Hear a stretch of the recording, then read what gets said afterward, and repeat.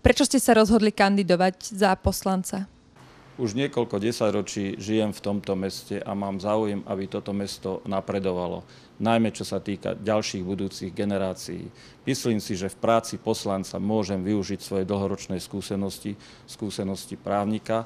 Myslím si, že svojou účasťou v mestskom zastupiteľstve môžem prispieť k tomu, aby skutočne toto mesto napredovalo, aby sme mohli hovoriť, že sa jedná o nový Žiar. Ja kandidujem vo volebnom obvode číslo 2. Mesto Žiar má množstvo problémov. Čo sa týka volebného obvodu číslo 2, v prvom rade, myslím si, že vyplýva to aj z programového vyhlásenia v podstate poslancov, ktorí kandidujú do mestského zastupiteľstva za stranu Sieť, že v prvom rade treba vyriešiť malý obchvat v centre mesta vzhľadom k tomu, že doprava je katastrofálna. Čo sa týka samotného parkovania, vznikajú obrovské problémy pre občanov, ktorí bývajú v centre mesta, hlavne vo volebnom obvode číslo 2.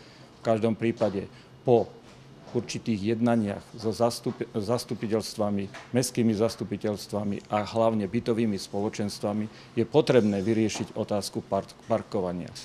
Po odkonzultovaní tohto problému s bytovými spoločenstvami je to možné riešiť aj takým spôsobom, že domáci, teda občania, ktorí trvale bývajú v centre mesta Žiar nad Hronom, budú mať rezidenčné karty. V prípade teda, pokiaľ sa jedná o parkovanie v dvorových priestoroch ich teda bytových jednotiek. Čo sa týka ostatného parkovania, myslím si, že je potrebné túto situáciu riešiť promptne, pretože v súčasnej dobe tá situácia je skutočne neúnosná, najmä čo sa týka v tej časti, kde sa nachádza Všeobecná úverová banka, sporiteľňa. Jednoducho, situácia je komplikovaná, nie je kde parkovať.